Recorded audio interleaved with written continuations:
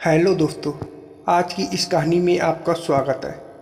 करीब 3 महीने पहले की बात है। मैं अपनी मम्मी के साथ वो सब कर रहा था। जब से मेरे पापा का देहांत हुआ था तब से मम्मी भी वो सब करने के लिए बहुत परेशान हो गई थी। उनका भी वो सब करने का बहुत मन करता था, क्योंकि मेरी मम्मी अभी पूरी तरह जवान और खूबसूरत थी। जब मैंने पहली बार वो देखा तो मेरी आंखें चमचमा गईं। मम्मी बोली, राहुल बेटा, अब देखते रहोगे या आगे भी बढ़ोगे? मैंने देखा, मैदान पूरी तरह साफ था। मम्मी बोली, जाओ पहले दरवाज़ा बंद कराओ।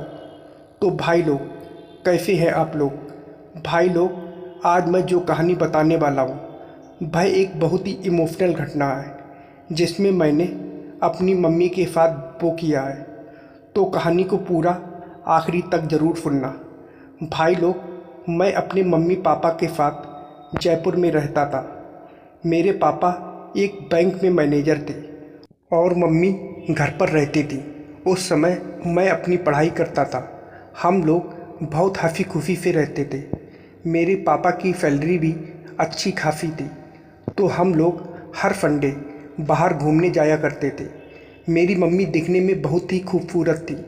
उनके मुकाबले पापा थोड़े उम्र में बड़े थे। मेरे मम्मी पापा ने लव मैरिज शादी की थी, इसलिए उनमें उम्र का ज़्यादा फर्क था। लेकिन इस बात से मम्मी को कोई दिक्कत नहीं होती थी। पापा मम्मी को बहुत खुश रखते थे और उनकी हर बात मानते थे। एक दिन की बात है, पापा शाम को ऑफिस से घर आए। वह बहुत ही नशे की हालत में थे। उनके साथ एक और आदमी भी था, जिसने पापा को कंधे पर टांग रखा था। उनको देखकर हम लोग दंग रह गए। मम्मी बोली, क्या हुआ इन्हें? तो वह आदमी बोला, भाभी अभी इन्हें कुछ नहीं हुआ है, बस थोड़ी ज़्यादा पी रखी है। यह बात सुनकर मम्मी भी चौंक गई, क्योंकि पापा को नशे से नफरत है। यहाँ तक कि वह कभी सिगरेट भी नहीं पीते थे। उसके बाद हम लोगों ने पापा को बेडरूम में सुला दिया। फिर वह आदमी चला गया। मैंने कहा, मम्मी लगता है पापा को किसी ने जबरन पिलाई होगी। मम्मी बोली, हाँ बेटा, इसमें ज़रूर किसी का हाथ है, नहीं तो यह कभी नशे की चीज़ को हाथ तक नहीं लगाते थे। इसके बाद हमने खाना खाया और सो गए। रात के 12 बज रहे थे। तभी अचानक मम्मी अपने कमरे से चिल्लाते हुए बाहर आई। उनकी आवाज़ सुनकर मैं काफ़ी डर गया। वह ज़ोर ज़ोर से रोने लगी। मैंने कहा, मम्मी क्या हुआ? तुम रो क्यों रही हो? फिर वह रोते हुए पापा की तरफ इशारा करने लगी। मैं दौड़कर पापा के पास गया और उन्हें जगाने लगा, लेकिन पापा नहीं उठे। मम्मी रोते हुए मेरे पास आई और मुझे गले लगाकर बोली, बेटा, तुम्हारे पापा हमें छोड़कर चले गए, अब हम किसके सहारे रहेंगे? इतना सुनकर मेरे होश उड़ गए। फिर इस घटना को कुछ दिन बीत गए और एक दिन मम्मी बोली, बेटा अब हम क्या करेंगे? मैंने कहा, मम्मी तुम फिक्र मत करो, कोई ना कोई रास्ता ज़रूर निकलेगा। फिर एक अगले दिन मैं स्कूल चला गया। अब मेरा मन पढ़ाई में बिल्कुल भी नहीं लगता था। शाम को जब मैं स्कूल से वापस घर आया तो मैंने देखा मम्मी घर में नहीं थी। मुझे डर लगने लगा कि कहीं मम्मी कुछ गलत कदम तो नहीं उठा ली। तभी मुझे बाथरूम के अंदर से पानी की आवाज़ आई। तब मुझे सुकून मिला। मम्मी बाथरूम में नहा रही थी। थोड़ी देर बाद मम्मी बाहर आई। वो बोली, तुम आ गए, चलो तुम्हें नाश्ता निकाल देती हूँ। आज मुझे स्कूल में प्रिंसिपल ने काफ़ी डांट दिया था, इसलिए मेरा मूड और भी ख़राब था। जब मैं खाना खा रहा था तो मम्मी बोली, क्या हुआ राहुल, तुम उदास लग रहे हो? मैंने कहा, मम्मी आज प्रिंसिपल ने कहा है कि अगर फीस नहीं जमा हुआ तो एग्ज़ाम में नहीं बैठने दूंगा। मम्मी बोली, तुम चिंता मत करो, कल मैं तुम्हारे फीस का इंतज़ाम कर दूंगी। उसके बाद मैं अगले दिन स्कूल की फीस ले जाकर जमा कर दिया। फिर शाम को मैं स्कूल से घर आया। एक बात मुझे समझ में नहीं आ रही थी कि आखिर मम्मी इतने सारे पैसे कहाँ से लाईं। उसके बाद मैंने इस बात पर ज़्यादा गौर भी नहीं किया।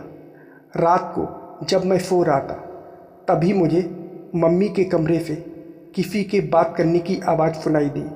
मैंने सोचा इतनी रात को मम्मी किससे बात कर रही हैं। फिर मैं धीरे से उठकर मम्मी के कमरे के पास गया। मैंने अंदर से कमरे में झांक कर देखा तो मम्मी किसी से फ़ोन पर बात कर रही थी। मैं वहीं खड़े होकर मम्मी की बातें सुनने लगा। वह किसी से फ़ोन पर कह रही थी कि अगर मुझे पैसे ज़्यादा मिलेंगे तो मैं दोनों के साथ करूँगी। मम्मी की बातें सुनकर मैं समझ गया था कि वह क्या करने के बारे में बात कर रही हैं। मैं वहाँ कुछ देर खड़े होकर बातें सुनता रहा। उसके बाद मैं चुपचाप अपने कमरे में चला आया।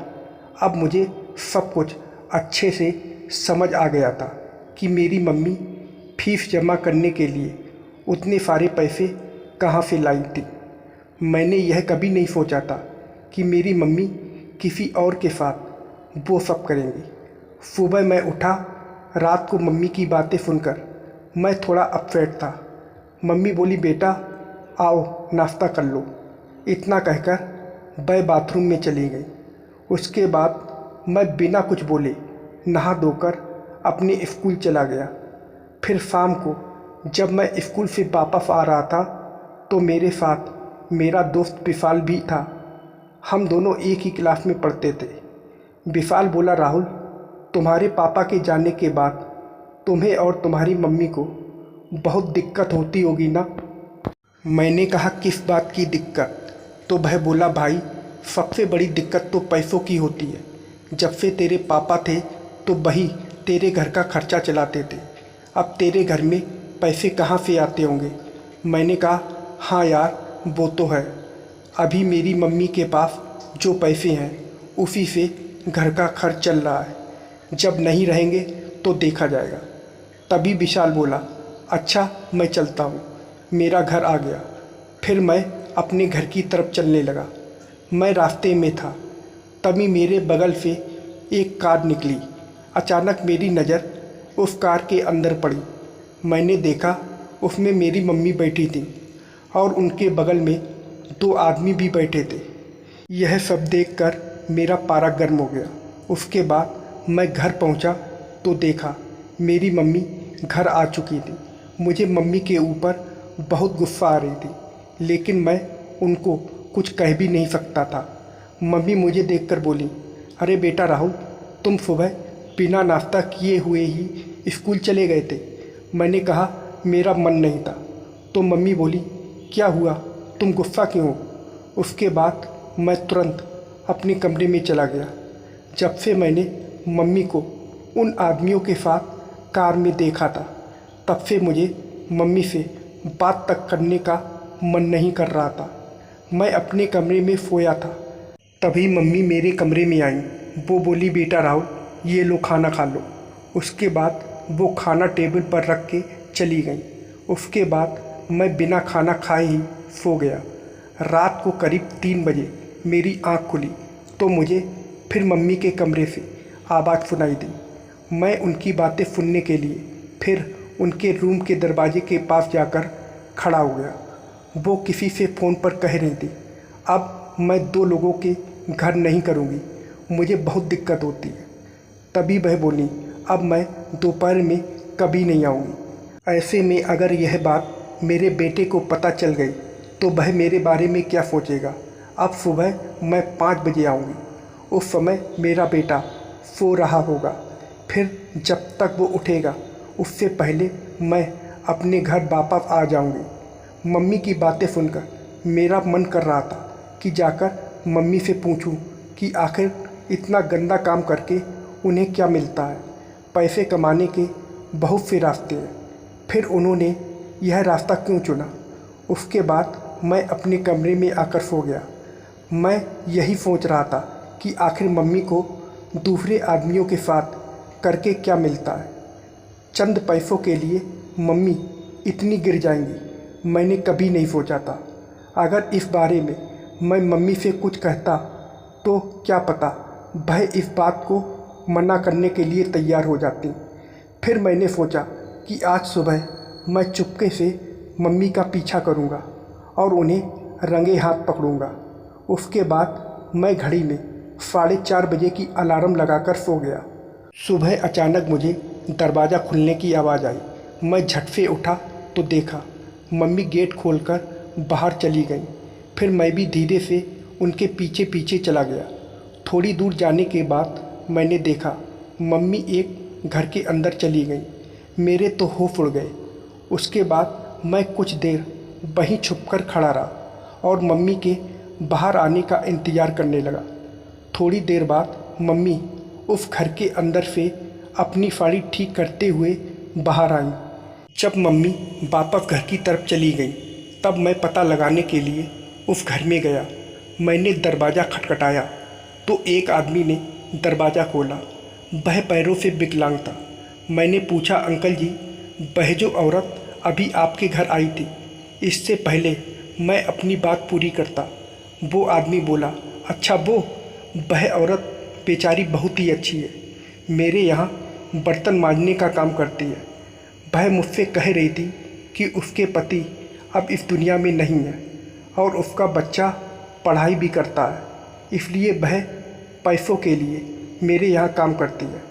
उस आदमी के मुंह से इतना सुनकर मुझे ऐसा लग रहा था कि मैं चुल्लू भर पानी में डूब जाऊं।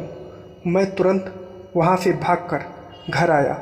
मेरे आंखों में आंसू भरे थे। मम्मी मुझे देखकर बोली, अरे राहुल बेटा, तुम इतनी सुबह सुबह कहाँ गए थे? मैं बिना कुछ बोले मम्मी के गले लग गया। मैंने कहा, मम्मी मुझे माफ़ कर दो, तुम मेरे लिए इतना सब कुछ कर रही हो और मैं तुम्हें गलत समझ बैठा था। फिर मम्मी बोली, तो तुम्हें पता चल गया है कि मैं दूसरों के घरों में बर्तन मांजने का काम करती हूँ। मैंने कहा, मम्मी अब तुम यह काम छोड़ दो। तो मम्मी बोली, देखो बेटा, अगर मैं यह काम नहीं करूँगी तो तुम आगे की पढ़ाई कैसे करोगे और मेरा जो सपना है तुम्हें डॉक्टर बनाने का, वह कैसे पूरा होगा। मैंने कहा, लेकिन मम्मी मैं तुम्हें इस तरह दूसरों के घरों में काम करते नहीं देख सकता। उसके बाद मम्मी ने मुझे प्यार से समझाई और बोली, देखो बेटा, कल को जब तुम डॉक्टर बन जाओगे और समाज वालों को यह पता चलेगा कि तुम्हारी माँ ने लोगों के घरों में बर्तन मांज कर तुम्हें डॉक्टर बनाया है, तो उस पल हमें कितना गर्व महसूस होगा। मैंने कहा, ठीक है मम्मी, अब मैं खूब मन लगाकर पढ़ाई करूँगा और बड़ा होकर डॉक्टर ज़रूर बनूँगा। उसके बाद मैं जी जान से पढ़ाई करने लगा।